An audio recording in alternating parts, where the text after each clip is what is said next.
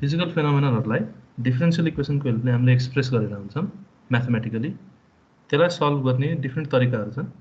त्यो तरिकामध्ये भेरिएसनल अप्रोच, एउटा त हुन्छ एक्ज्याक्ट सल्युसन निकाल्ने, अर्को एप्रोक्सिमेसन गर्ने, भनेपछि इनएक्ज्याक्ट सल्युसन हुन्छ। त्यो एक्ज्याक्ट सल्युसन निकाल्ने तरिकाहरू हामीले म्याथमेटिक्समा पढेका छौँ डिफरेन्शियल इक्वेसनको, तर एप्रोक्सिमेसनको टेक्निकहरू चाहिँ म्याथमेटिक्समा हामीले पढेका छैनौँ। अब एप्रोक्सिमेसन हामीले किन गर्छौँ भने एक्ज्याक्ट सल्युसन निकाल्दा एउटा जेनरलाइज्ड मेथड अथवा जेनरलाइज्ड अप्रोच पाइँदैन। जुन जेनरलाइज सल्युसनले सबै किसिमको प्रब्लमहरूलाई सल्भ गरोस्, त्यस्तो एउटा जेनरलाइज्ड सल्युसन हामीले पाउँदैन। त्यसैले हामी के गर्छौँ, एप्रोक्सिमेसनमै बढ्छौँ। र एप्रोक्सिमेसन गर्दा के हुन्छ भनेदेखि एउटा जेनरलाइज मेथड पाउन सकिन्छ, जसले गर्दा कि सबै डोमेन अफ प्रब्लम्सहरूलाई एड्रेस गर्न सकोस् र डिफ्रेन्ट डोमेनको लागि अथवा डिफ्रेन्ट टाइप्स अफ इक्वेसन्सको लागि डिफ्रेन्ट सल्युसन बनाउनु नपरोस्। त्यसैले हामी अप्रोक्सिमेसनतिर जान्छौँ। अब अप्रोक्सिमेसनमा पनि धेरै डिफ्रेन्ट टाइप्स अफ मेथड्सहरू छन्, जसमा कि हामी कहाँ लिमिटेड हुन्छौँ भने भेरिएसनल मेथड्समा लिमिटेड हुन्छौँ। भेरिएसनल मेथडभित्र के आउँछ, अस्ति मैले भनेको थिएँ, एउटा विक फर्मुलेसन भन्ने हुन्छ, जसमा कि अब रिच मेथड भन्ने छ, त्यसमा युज हुन्छ। अर्को अप्रोच के हुन्छ भने method of weighted integrals. Method of weighted इन्टिग्रल्सभित्र पनि डिफ्रेन्ट मेथडहरू छन्, त्यो हामी डिस्कस गर्छौँ। भनेपछि भेरिएसनल अप्रोचभित्र हामीले बेसिकली दुईवटा कन्सेप्टहरूलाई हेर्छौँ, एउटा विक फर्मुलेसन र अर्को मेथड अफ वेटेड इन्टिग्रल। अब मेथड अफ वेटेड इन्टिग्रलको बारेमा त अस्ति हामीले थोरै डिस्कस गऱ्यौँ। त्यसमा के गरिन्छ भने जुन रेजिड्यू हुन्छ अथवा एरर जुन हुन्छ, एप्रोक्सिमेट सल्युसन र एक्चुअल सल्युसन बिचमा जुन एरर हुन्छ, डिफरेन्स, त्यसलाई हामीले के गर्छौँ, we multiply it with certain weight function. Weight फङ्सनले मल्टिप्लाई गर्छौँ र त्यो वेट फङ्सनले मल्टिप्लाई गरेर हामी के गर्छौँ भने हाम्रो जुन एप्रोक्सिमेटेड सल्युसन जुन हामीले प्रपोज गरेको हुन्छ, त्यसमा जुन कन्स्टेन्ट्सहरू कफिसियन्ट्सहरू युज भएको हुन्छ, त्यो कफिसियन्टको भ्याल्यु डिटरमाइन गर्छौँ। त्यो कफिसियन्ट केमा फरक पर्छ भने कति प्यारामिटर सल्युसन निकालिँदैछ। हामीले अस्ति एन प्यारामिटर सल्युसन भन्ने हेरेको थियौँ। त्यसमा एन नम्बर अफ प्यारामिटर्स छ भने एन नम्बर अफ टर्म्स हुन्छन् र एन नम्बर अफ कफिसियन्ट हुन्छ त्यसमा। त्यसैले n number of coefficient determine गर्नलाई त्यति नै नम्बर अफ इक्वेसन चाहियो हामीलाई, साइमल्टेनियस इक्वेसन्सहरू। त्यसरी 3 टर्म अथवा 3 प्यारामिटर सल्युसन छ भने त्यसमा C1, C2 र C3 हुन्छ, र त्यो C1, C2, C3 डिटरमाइन गर्न हामीसँग 3वटा इक्वेसन हुनुपर्छ। त्यसैले हामी के गर्छौँ भने 3 different types of weight function लिन्छौँ, जसले गर्दाखेरि 3वटा डिफ्रेन्ट इक्वेसनहरू हामीले पाउँछौँ। र त्यो वेट फङ्सन के हुनुपर्छ भने लिनियरली इन्डिपेन्डेन्ट हुनुपर्छ, किनभने 3वटा इक्वेसनलाई सल्भ गर्नलाई त्यो लिनियरली इन्डिपेन्डेन्ट हुनु पऱ्यो। अब एउटा x अर्को 2x अर्को 3x लियो भने चाहिँ त्यो केही मिनिङ आउँदैन वेट फङ्सन। त्यो सेम इक्वेसन नै हुन्छ, त्यसले केही फरक परेन। त्यसैले वेट फङ्सन हामी के गर्छौँ, लिनियरली इन्डिपेन्डेन्ट फङ्सन लिन्छौँ र कतिवटा लिन्छौँ भने जति प्यारामिटर सल्युसन अथवा जतिवटा कफिसियन्ट डिटरमाइन गर्नुपर्ने छ त्यतिवटा वेट लिन्छौँ हामी। त्यतिसम्म हामीले अस्ति हेरेको थियौँ। अब हामी के अप्रोच हेर्छौँ भनेदेखि अब मेथड अफ वेटेड इन्टिग्रलको बारेमा त थोरै हामीले थाहा पायौँ। अब हामी विक फर्मुलेसनको बारेमा हेर्छौँ, जुन दुईवटा अप्रोचको कुरा गरेँ मैले। भेरिएसनल अप्रोचमा दुईवटा डिफ्रेन्ट अप्रोचेसहरू छन्, एउटा विक फर्मुलेसन, अर्को method of weighted integral. Method of weighted इन्टिग्रलको बारेमा हामीले थोरै डिस्कस गऱ्यौँ। अब हामी विक फर्मुलेसनको कुरा गर्छौँ। अब विक फर्मुलेसन किन भनिएको हो भने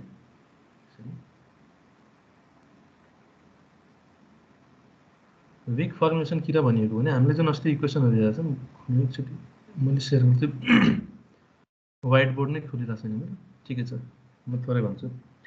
अब विक फर्मुलेसनलाई हामीले विक फर्मुलेसन किन भन्छौँ भने जुन हाम्रो वेटेड इन्टिग्रल स्टेटमेन्ट हुन्छ, अस्ति हामीले लेखेका थियौँ वेटेड इन्टिग्रल स्टेटमेन्ट, जसमा के गरेका थियौँ भने W भन्ने फङ्सन हामीले आफ्नो फङ्सनलसँग मल्टिप्लाई गरेका थियौँ र त्यसको integration through out the domain गरेर 0 गरेको थियौँ।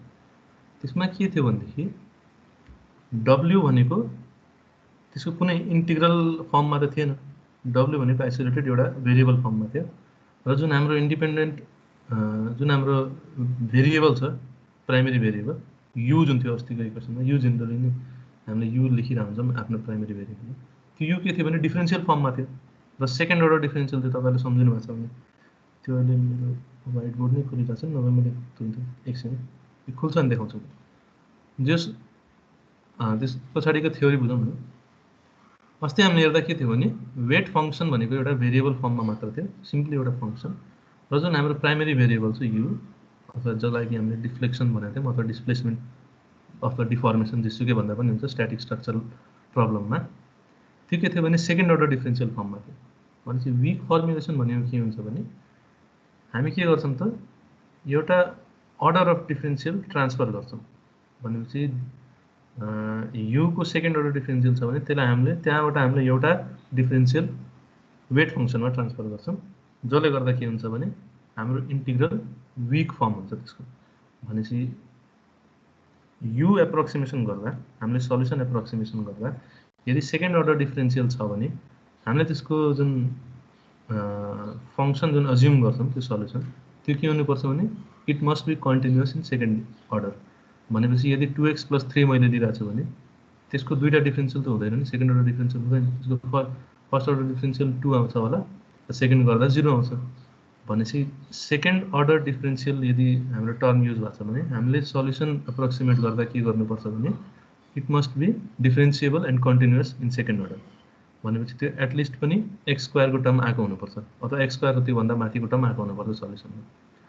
तर विक फर्म निकाल्दा के हुन्छ भने हामीले के गर्छौं त एउटा डिफरेन्शियललाई वेट फंक्सनमा ट्रान्सफर गर्छौं त्यो ट्रान्सफर कसरी गरिन्छ भन्ने कुरा मैले बताउँछु अनि त्यसको एउटा प्रोसेस छ स्टेप वाइज प्रोसेस छ जसबाट हामीले डिफरेन्शियललाई ट्रान्सफर गर्न सक्छौं अब मानौ हामीले ट्रान्सफर गरिसकेपछि पहिला u सेकेन्ड अर्डर डिफरेन्शियल थियो भने अब फर्स्ट अर्डर पनि u पनि फर्स्ट अर्डर हो w पनि फर्स्ट अर्डर हो यो केसमा के हुन्छ भनेदेखि our solution must be differentiable and continuous in first order अब x को टर्म मात्र छ भने 2x + 3 मात्र छ भने पनि हामीले सल्युसन हुन सक्छ अथवा x² x³ लिन पनि सकियो तर मिनिमम त त्यति लिन सकियो नि त जसले गर्दा हामीले के गर्यौं त अर्डर अफ द पोलिनोमियल घटाउन सक्यौं त्यसमा अनि त्यो विक फर्मुलेसन भन्छ त्यो अप्रोचले किन खुलेन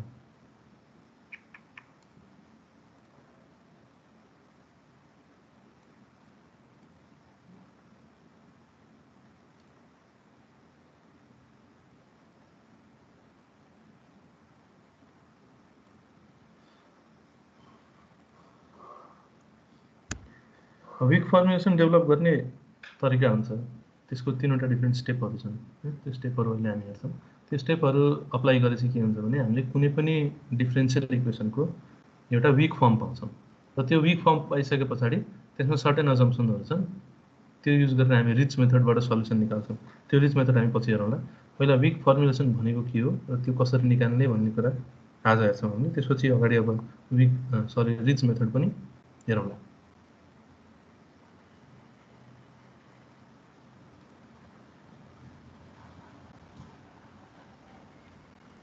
व्हाइट बोर्ड सबै व्हाइट बोर्डमै छ यो खुल्दैन त अब किन खोलेको लोड नै भइरहेछ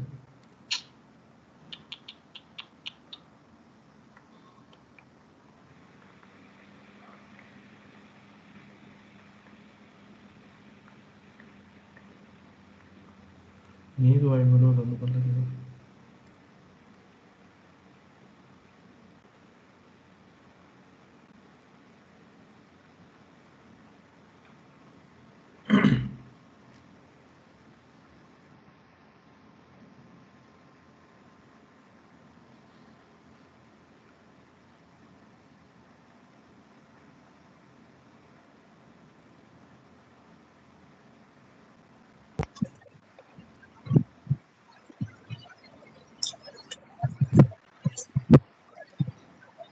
व्हाइट बोर्ड भिजुअल छ होला है तपाईहरुलाई अब मेरो ल्यापटपमा भएको व्हाइट बोर्ड खुलेन त्यो खुलेपछि त्यहाँ गरौँला अहिले यहीँबाट सुरु गरौँ हामी के पढ्दैछौँ भने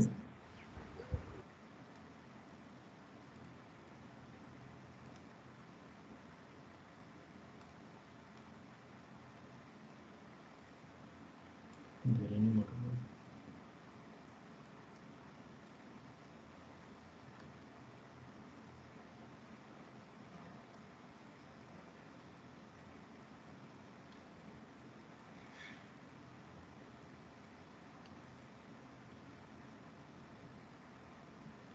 तपाईहरुले चलाउन मिल्छ भने नचलाइदिनु है मलाई थाहा छैन तपाईहरुले चलाउन मिल्छ कि मिल्दैन हामी विक फर्म सरी आफै के भइराछ के मेरोमा त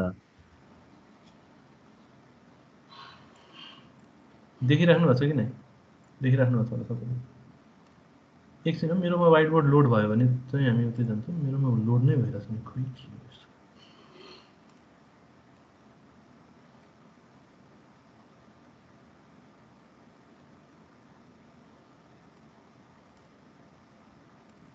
हामी विक फर्म पढ्नुपर्छ। विक फर्म भन्नुको अर्थ के त, मैले अघि पनि भनेको थिएँ।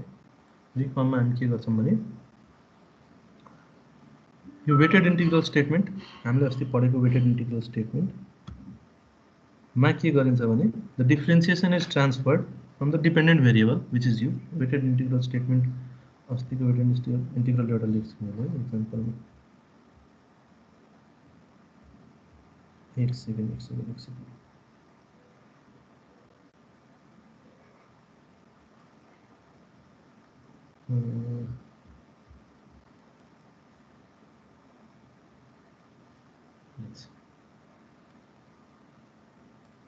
हाम्रो अस्तिको डिफरेन्शियल इक्वेसन यो थियो D over dx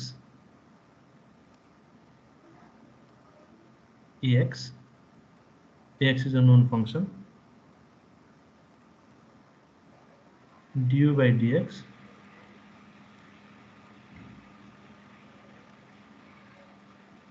is equal to f of x. Here ax and fx are known functions. र हाम्रो डोमेन भनेको के हो त,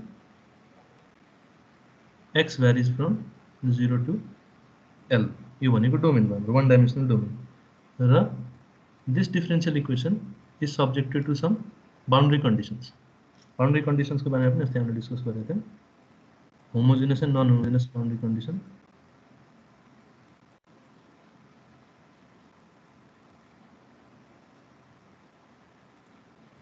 एक सेकेन्ड, कसैले मेसेज गर्नुभएको थियो।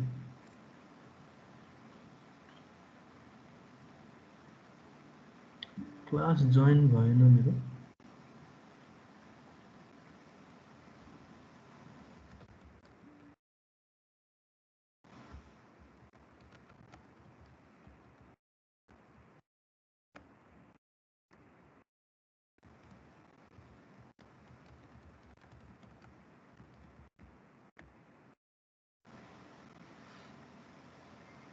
क्लास जोइन भएन अरे।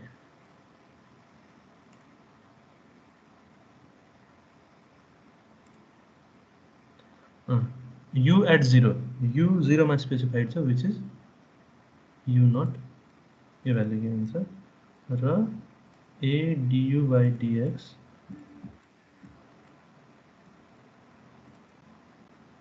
at x is equal to l is equal to 0। यस्तो देखाउँछ अरे, व्हाइट बोर्ड भनेर प्लेन देखाइरहेको।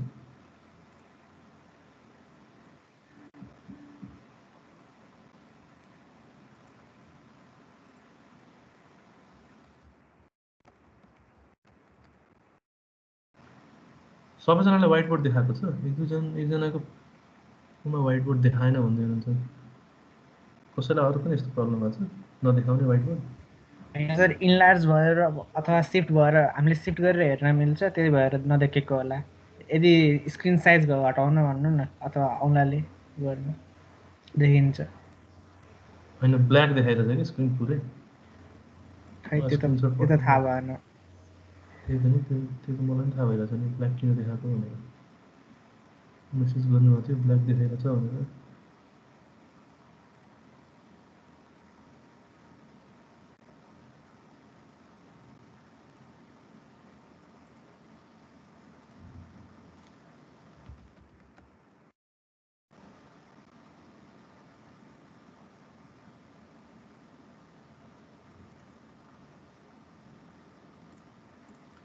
ठिकै छ, अरू पनि के कसैको प्रब्लम आयो भने भन्नु न, हामी यो कन्टिन्यू गरौँ। हामीसँग यो डिफरेन्शियल इक्वेसन छ, यसो पनि हामीले हेरेको थियौँ, minus D over dx ax du by dx is equal to fx, where ax and fx are known functions, u is the primary dependent variable जसलाई हामीले भन्छौँ, अथवा प्राइमरी भेरिएबल भन्नु नि पाइयो। र these are the two boundary conditions. u at 0 is specified to be u naught, र a du over dx at x is equal to l is specified to be q। मैले यहाँ 0 लेखिदिएको छु, यो भनेको q। यो जेनरलाइज्ड इक्वेसन हो। यसमा हामीलाई ax र fx थाहा छ फंक्सन, र u नट र ql को भ्यालु कन्स्टेन्ट हो। u नट र ql हामीलाई यो दुईटा स्पेसिफाई गरिएको हुन्छ। यदि u नट अथवा q naught is ql is equal to 0, जुनमा 0 छ भने u naught is equal to 0, this is the homogeneous boundary condition. यदि इट इज नट नन 0, भने नन होमोजेनस बाउन्ड्री कन्डिसन हुन्छ। यो कुरा हामीलाई थाहा छ, अस्ति पनि हामीले डिस्कस गरेको छौँ। अब यसमा हामीले के लेख्थ्यौँ भने हिजो भन्दैछ भने लास्ट क्लासमा हामीले के लेखेका थियौँ, वेटेड इन्टिग्रल स्टेटमेन्ट लेखेका थियौँ होइन। यसमा लेख्नु कस्तो हुन्छ, weighted integral right.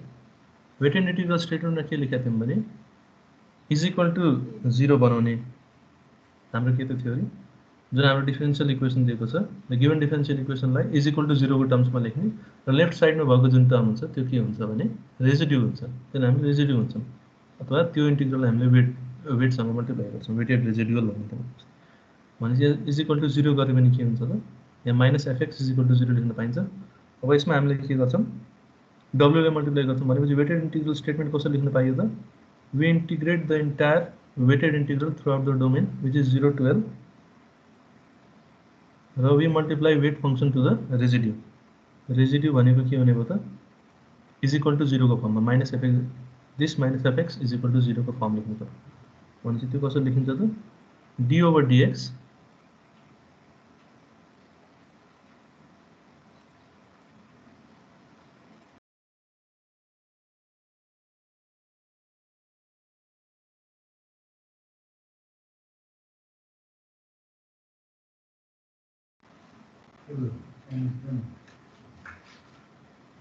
D over D X, त्यसपछि हामीले के लेख्छौँ, ए डीयू ओभर डिएक्स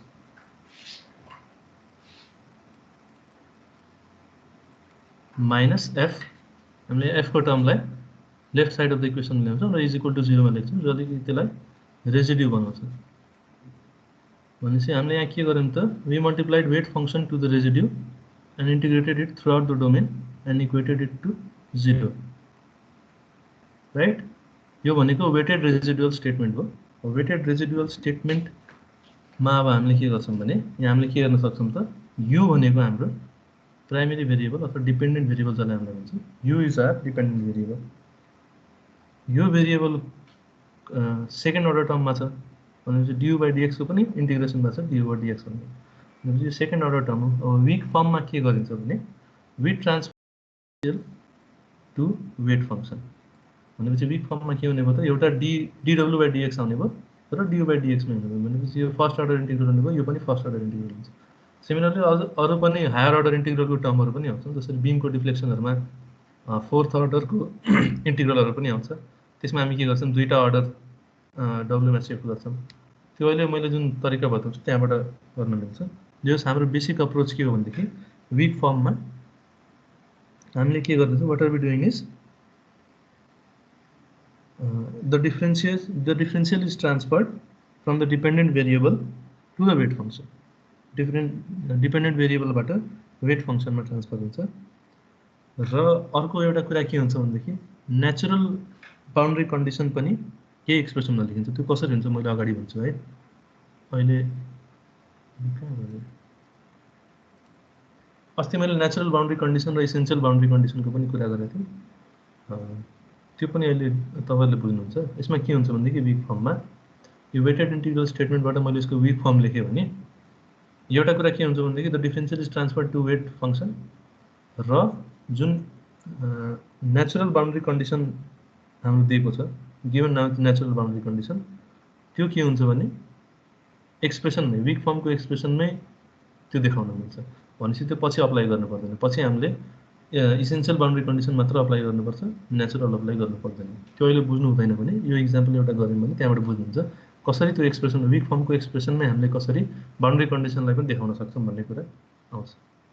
भनेपछि विक फर्ममा दुईवटा कुरा के हुने भयो त, एउटा त डिफरेन्शियलको अर्डर सिफ्ट हुने भयो वेट फङ्सनमा, अर्को नेचुरल बाउन्ड्री कन्डिसन जुन छ, यदि कुनै नेचुरल बाउन्ड्री कन्डिसन गिभन छ भने त्यो नेचुरल बाउन्ड्री कन्डिसन एक्सप्रेसनमा देखिने। मानौँ यो नेचुरल बाउन्ड्री कन्डिसन हो भने यो कहाँ हुने भयो त, यो हामीले पछि अप्लाई गर्नु पर्दैन कि यो हाम्रो विक फर्मको एक्सप्रेसनमै देखिन्छ।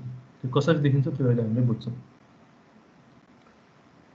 अब हामीले के कुरा बुझ्नु पर्यो त, how do we develop a weak form, होइन विक फर्म डेभलप कसरी गर्ने।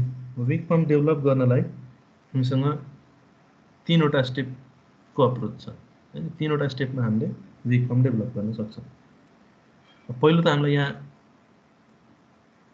हामीसँग के छ भनेदेखि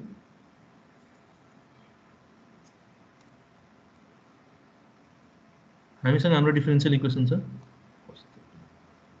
डिफरेन्शियल इक्वेसन के हुन्छ, जहाँ कि ax and fx are known functions हैन, हामीलाई थाहा भएको फङ्सनहरू हो र it is subjected to to boundary conditions. u is specified at 0, त्यसको एउटा सर्टेन भ्यालु छ u0 भन्ने, त्यो 0 पनि हुन सक्छ, नन 0 पनि हुन सक्छ, र a du over dx is specified at x is equal to l। त्यो दुईटालाई स्पेसिफाई गरिएको छ भने त्यो बाउन्ड्री कन्डिसनहरू हो। हामीलाई यसको विक फर्म निकाल्नु पर्ने छ। हामीलाई के टास्क दिएको छ भने determine the weak form of this differential equation भनेर भनेको छ। भनेपछि हामी के गर्छौँ भने फर्स्ट स्टेप के हुन्छ त, हामीले फर्स्ट स्टेप गरिसक्यौँ। फर्स्ट स्टेपमा के हुन्छ, we write the weighted integral statement. यसको वेटेड इन्टिग्रल स्टेटमेन्ट लेख्न हामीले जान्नु पर्यो। वेटेड इन्टिग्रल स्टेटमेन्ट कसरी लेख्ने त, जुन हाम्रो गिभन डिफरेन्शियल इक्वेसन छ त्यसलाई इज इक्वल टु 0 मा लाने, भनेपछि सबै टर्मलाई हामीले के गर्छौँ, लेफ्ट साइड अफ द इक्वेसनमा लगेर इज इक्वल टु 0 को टर्ममा लेख्छौँ। त्यसपछि हामी के गर्छौँ, w भन्ने एउटा वेट फङ्सनले मल्टिप्लाई गर्छौँ र then we integrate it throughout the domain. हाम्रो जुन डोमेन छ त्यो डोमेनको अक्रस हामीले इन्टिग्रेट गरिदिन्छौँ। ठिक छ, पहिलो स्टेप भनेको त्यो। अब अघि मैले भने जस्तै हामीले जसरी जुन हामीले एप्रोक्सिमेट सल्युसन प्रपोज गर्छौँ हैन, त्यो कुन फर्ममा हुन्छ भने I is equal to 1 to n ci phi I plus phi naught, यो टर्ममा हुन्छ, where n is number of parameter हैन। कति प्यारामिटर हामीले सल्युसन हामीले खोज्दैछौँ त्यो भनेको n। अब यहाँ हामीले यदि 2 प्यारामिटर सल्युसन खोज्दैछौँ भने 2 प्यारामिटर छ भने हाम्रो सल्युसन के हुन्छ त, c1 phi 1 plus c2 phi 2 plus phi naught, यही नै हुन्छ हाम्रो सल्युसन। अब यहाँ हामीले गर्नु के पर्ने हुन्छ भने सल्युसन निकाल्ने बेलामा अस्ति पनि एउटा एक्जाम्पल हेरेको थियौँ हामीले, phi 1 phi 2 phi naught त हामीले नै एप्रोक्सिमेट गर्छौँ हैन। त्यो बाउन्ड्री कन्डिसन्सहरूको रेस्पेक्टमा phi यो तीनवटै एप्रोक्सिमेसन फङ्सनहरूलाई हामीले एप्रोक्सिमेट गरेर लेख्छौँ के हुनुपर्ने भन्ने कुरा। अननोन भनेको यसमा के हुन्छ भने c1 र c2 अननोन हुन्छ, जुन कोएफिसिएन्ट्स छन् त्यो अननोन हुन्छ। अब c1 र c2 हामीले पायौँ भने त we can propose a solution un हैन। अब c1 र c2 हामीले कसरी निकाल्छौँ भने हामी के गर्छौँ त, यो un लाई यहाँ सब्स्टिट्युट गरेर यसलाई वेट फङ्सन अथवा वेटेड रेजिडुअल, यो जुन रेजिड्यू छ त्यसको वेट दिएर, त्यसको सर्टेन वेट दिएर वेटेड रेजिडुअललाई हामीले 0 सँग इक्वेट गरेका छौँ। अब वेट किन दिने भनेपछि हामीलाई जतिवटा कोएफिसिएन्ट चाहिएको हो त्यतिवटा इक्वेसन चाहिन्छ। भने जतिवटा कोएफिसिएन्ट अननोन हुन्छ, जति प्यारामिटर सल्युसन हुन्छ त्यतिवटा वेट फङ्सन हामीले अज्युम गर्छौँ। यदि n इज इक्वल टु 2 छ भने w1 w2 हुन्छ, n इज इक्वल टु 3 छ भने w1 w2 w3 हुन्छ, n इज इक्वल टु जति छ w त्यतिसम्म जान्छ। जतिवटा w छ हामीसँग त्यतिवटा इक्वेसन बन्न सक्छ। अब w डिफरेन्ट फङ्सन हो भने लिनियरली इन्डिपेन्डेन्ट फङ्सन्सहरू छन्। पहिला x लियौँ हामीले, दोस्रोमा x स्क्वायर लियौँ, त्यसपछि x क्युब अथवा केही त्यस्तो लिनियरली इन्डिपेन्डेन्ट फङ्सनहरू लिएको छौँ भने जतिवटा w लिन्छौँ हामी त्यतिवटा इक्वेसन बन्छ र जतिवटा इक्वेसन भन्छ त्यतिवटा अननोन सल्भ गर्न मिल्छ। भनेपछि हाम्रो अप्रोच त्यो हो यसमा वेटेड इन्टिग्रल गर्नु पछाडि। अब सेकेन्ड स्टेपमा के गरिन्छ भने पहिलो स्टेपमा के गर्ने त, वेटेड इन्टिग्रल स्टेटमेन्ट लेख्ने।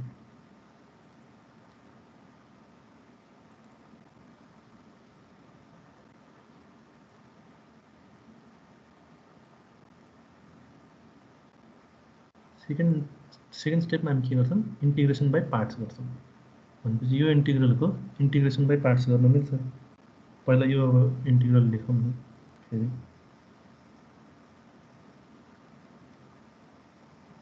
इन्टिग्रेसन बाई पार्ट्स त सम्झिनु भएको छ होला तपाईँहरूले, 0 to L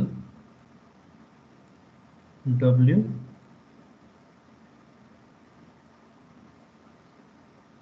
minus d over dx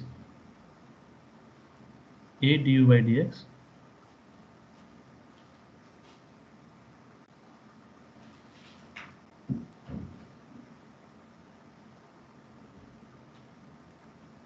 minus डब्ल्यू times f weight function times हाम्रो जुन एफएक्स छ अथवा एफ जुन नोन फंक्सन छ त्यो we integrated with respect to x कहाँसम्म इन्टिग्रेट गर्ने त थ्रु आउट द डोमेन हाम्रो डोमेन 0 देखि एलसम्म छ भने 0 देखि एलसम्म इन्टिग्रेट गर्यो इज इक्वल टु 0 यो हाम्रो वीक फर्म हो अब हामी यसमा के गर्न सक्छौं भने इंटीग्रेशन बाय पार्ट्स गर्छौं कति याद छ तपाईहरुलाई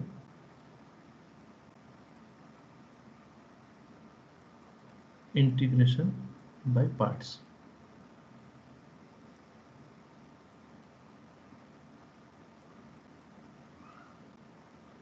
इंटीग्रेशन बाय पार्ट्स को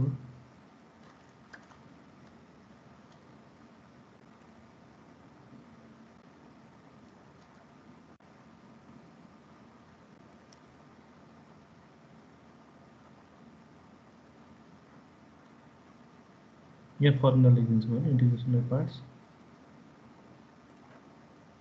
w र v भन्ने हामीसँग भेरिएबल छ w र dv यो दुईटाको इंटीग्रेशन बाय पार्ट्स गर्ने हो भने कसरी हुन्छ भने यस्तो एउटा स्टेटमेन्ट पाउँछ एउटा इंटीग्रल स्टेटमेन्ट पाउँछौं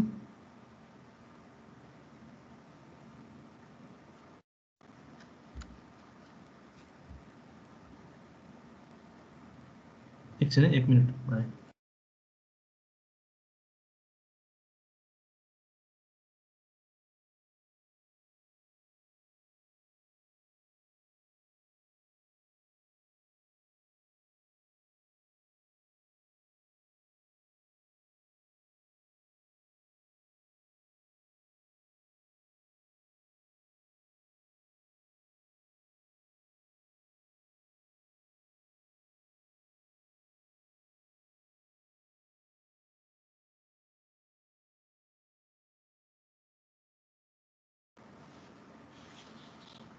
यो इंटीग्रेशन बाय पार्ट्स को मैले एक्सप्रेसन छ WDV को हामीलाई इंटीग्रेशन गर्न पर्ने छ भने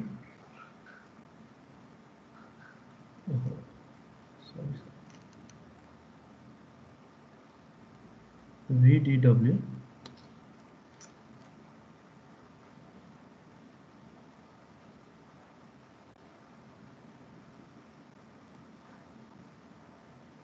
WD from 0 to L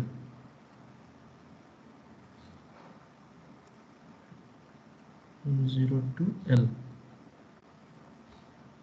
यसको बेसिसमा हामी के गर्न सक्छौं यसको एउटा इंटीग्रेशन बाय पार्ट्स गरेको स्टेटमेन्ट लेख्न सक्छौं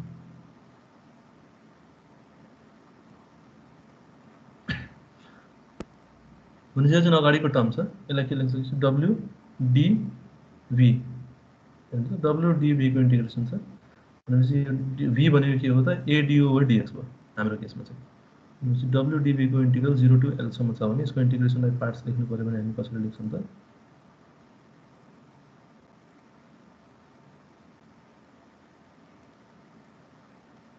v भनेको ADU/dx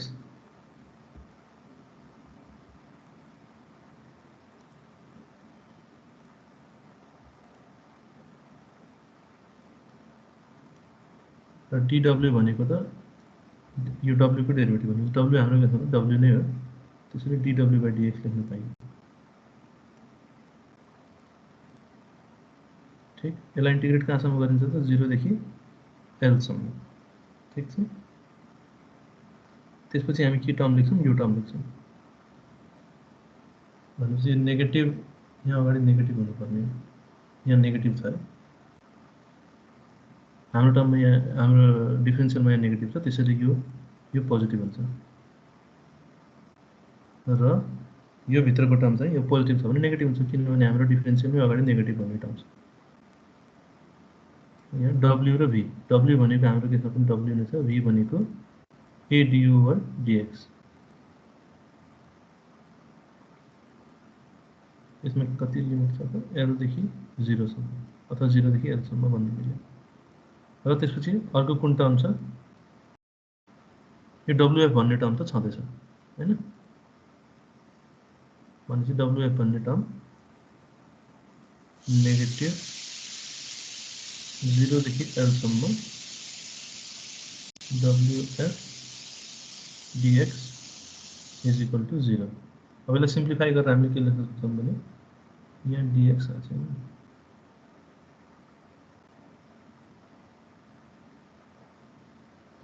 यहाँ dx पनि हुन्छ बाहिरबाट यो ब्र्याकेट खोलेपछि भित्र dx आउँछ अब dx भएको टर्महरु कमन लिएर एक ठाउँमा लेख्न पाइयो अनि यसलाई सिम्प्लिफाई गरेर एक्सप्रेसनलाई हामीले के लेख्न सक्छौँ त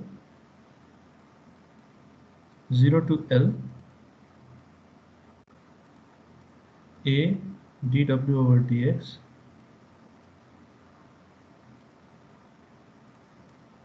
du over dx minus wf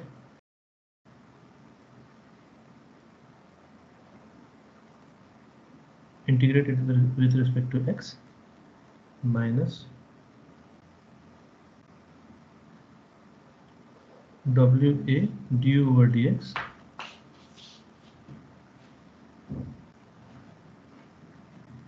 zero to L यहाँ के देखियो त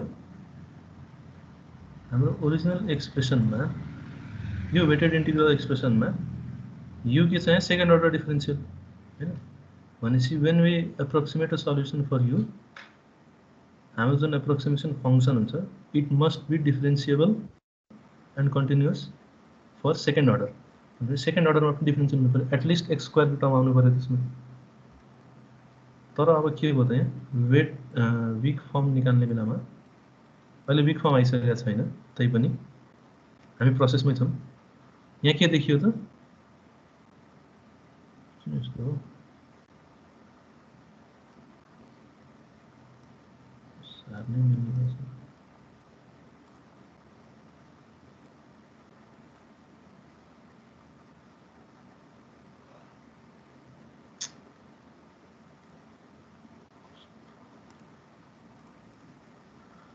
यहाँ के देखियो त W मा एउटा W पनि फर्स्ट अर्डर डिफरेंशियल U पनि फर्स्ट अर्डर डिफरेंशियल भन्नुको अर्थ के त एउटा अर्डर अफ डिफरेंशियल सरेर गयो W मा we have transferred an order of differential to weight function र U को पनि अब एउटा अर्डर घट्यो भनेपछि अब जब हामी यो केसमा U लाई अप्रोक्सिमेट गर्छौं अब के हुनु पर्यो त our approximation function must be differentiable and continuous in first order अघि सेकेन्ड अर्डरमा थियो अहिले फर्स्ट अर्डर र अर्को एउटा कुरा के देखियो त एउटा त यो डिफरेंशियल टर्म देखियो त्यसपछि पछाडी एउटा यो टर्म पनि आछ यो टर्मले कसलाई इन्कर्पोरेट गर्छ भने इट इन्कर्पोरेट्स द बाउन्ड्री कन्डिसन्स मैले अघि के भनेको थिएँ वीक फर्म भनेको के त दुईटा अब्जेक्टिभ छ वीक फर्म निकाल्नु पछाडीको एउटा अब्जेक्टिभ के to transfer the differential from dependent variable to the weight function त्यो काम गरियो we have transferred the differential from dependent variable to weight function र अर्को the statement must incorporate the natural boundary condition भनेपछि जुन natural boundary condition छ त्यसलाई incorporate गर्नु पर्यो त्यो पनि गर्छ अहिले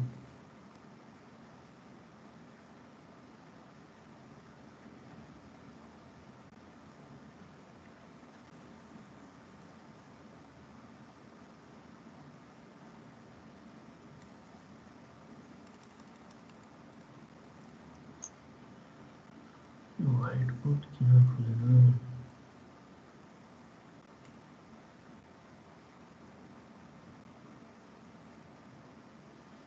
यहाँसम्म के कन्फ्युजन छ भने सोध्नु है क्लियर छ कुरा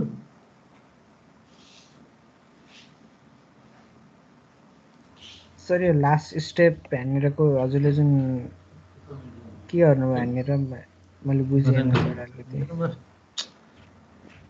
व्हाइट बोर्ड नै खुलिरहेको छ लोड नै भइरहेको छ मेरो व्हाइट बोर्ड खुल्यो भने चाहिँ त्यसमा अलि सजिलै हुन्छ यो व्हाइट बोर्डमा लेख्न पनि गाह्रो भइरहेछ पक्नु फेरि भन्छु यो इन्डिकेसन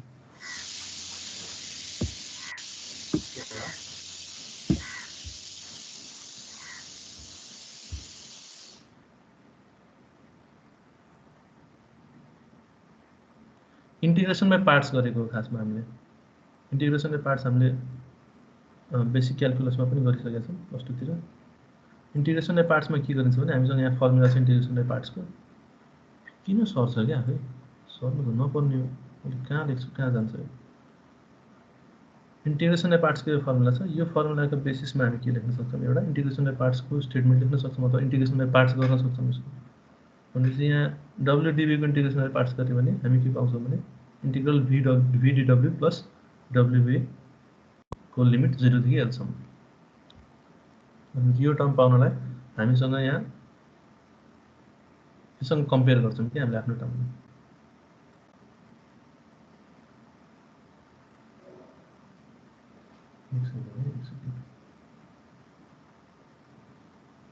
एकछिन वेट गर्नु है तपाईहरुलाई, म यो व्हाइट बोर्ड खोल्नै पर्ने भयो मलाई।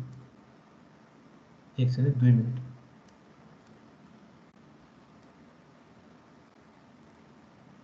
यसमा लेख्नै गाह्रो भयो।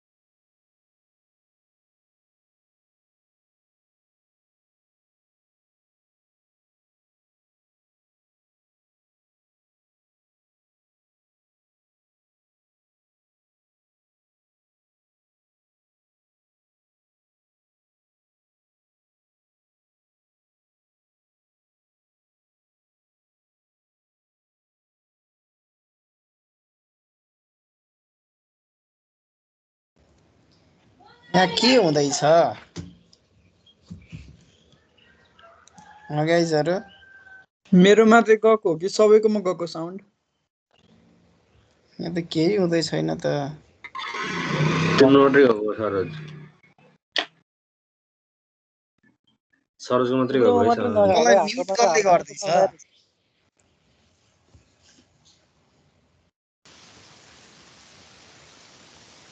केटा तिमीहरूले अहिले सरले पढाएको बुझ्यौ कि बुझेनौ नढाँटी भन त। कसैले रेकर्डिङ अफ गर न यार।